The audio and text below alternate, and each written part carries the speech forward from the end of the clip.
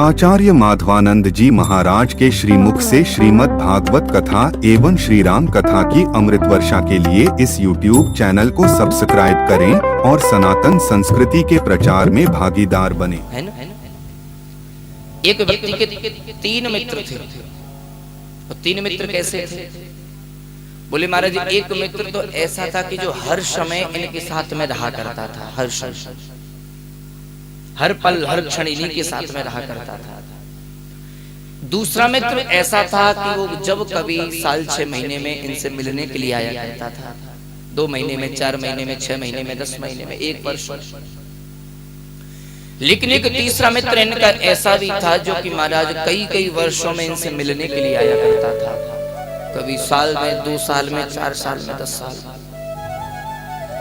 अब महाराज जब ये तीन मित्र जब आए, तीन मित्र जब इसके हुए, तो इसके ऊपर एक बार संकट की घड़ी आई। इसने तीनों मित्रों से सहायता मांगी। बोले मित्र मेरे ऊपर ये संकट आया है, तो आप बताओ आप में से कौन मेरी सहायता करेगा? तो जो मित्र हर समय इसके साथ में रहा करता था, सबसे पहले इन्होंने उसी से पूछा। बोले मित्र क्या तुम मेरी सहायता करोगे संकट की घड़ी में?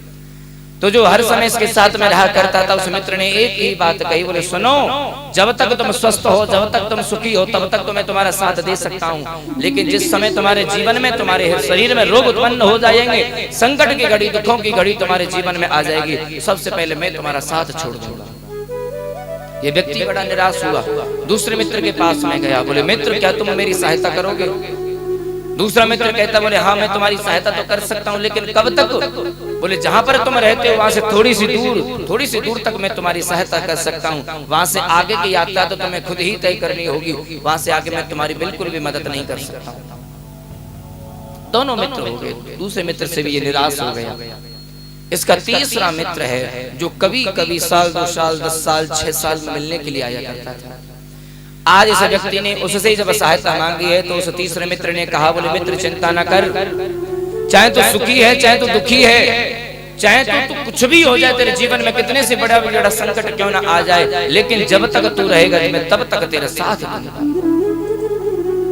आज वो व्यक्ति अपने तीसरे मित्र की बातों को सुन करके बड़ा ही प्रसन्न हो गया। अब हम लोग समझेंगे बोले महाराज ये व्यक्ति कौन है और ये तीनों मित्र इसके कौन है? बोले जो व्यक्ति है ये कोई और नहीं, ये देहधारी मनुष्य ही वो व्यक्ति है, और जीवात्मा वो व्यक्ति है। जीवात्मा के 3 मित्र होते हैं। पहला मित्र होता है ये शरीर, जो कि इस हर समय इसके साथ में रहता है, जीवात्मा के साथ।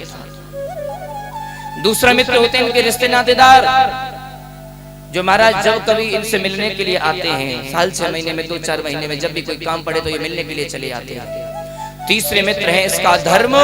बोले जो तुम धर्म का कार्य कभी कभी करते हो, 2 साल में, 4 साल में, 6 साल में, 10 साल में, जब कोई सत्संग हो, जब कोई कथा हो, तुमने कोई दान अर्पित कर दिया, तो ये भी एक धर्म का ही भाव है। तुमने कोई यज्ञ कराया, कोई अनुष्ठान कराया निष्काम भाव से, तो ये भी एक धर्म का ही स्वरूप है। तीसरा मित्र धर्म कहा गया। लेकिन यहाँ बताया जब इस जीव के ऊपर जब संकट आते हैं, जब काल रूपी ग्रास इसको अपने मुख में रख लेता है, जब इसकी मृत्यु जब होती है, जब मौत इसके पास में आती है, तो ये जीव इन तीनों मित्रों से कहता है कि तुम तीनों में से कौन मेरा साथ देगा? तो सबसे पहले ये शरीर से पूछा क्या तुम मेरा साथ दोगे? तो ये शरीर कहता है कि नहीं दे पाऊंगा, जैसे ही तुम्हारी मौत आएगी तो सबसे पहले मैं तुम्हारा शरीर साथ छोड़ दूंगा। ये पहला मित्र है। दूसरे मित्र रिश्ते नातेदार, जिन्हें हम अपनी बड़ी आशाओं के साथ में जीवन यापन करते हैं, बहुत बड़ा मान सम्मान देते हैं। ये जीव उन दूसरे मित्र के पास में जाता है, जब संकट की घड़ी आई, जब मेरी मौत होगी क्या तुम मेरा साथ दोगे? तो रिश्ते नातेदार कहते हैं बोले सुनो, ज्यादा दूर तक तो नहीं, लेकिन थोड़ी सी दूर तक हम तुम्हारा साथ दे देंगे। थोड़ी दूर कहाँ? बोले शमशान तक, केवल शमशान तक, आगे तक हम तुम्हारा साथ नहीं दे पाएंगे। तीसरा मित्र है धर्म। धर्म से कहा बोले क्या तुम मेरा साथ दोगे?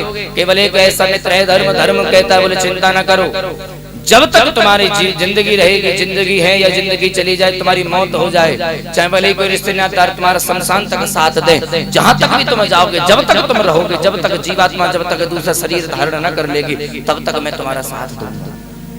केवल धर्म ही अंत तक हमारा साथ देने वाला होता है, और कोई हमारा साथ नहीं देता।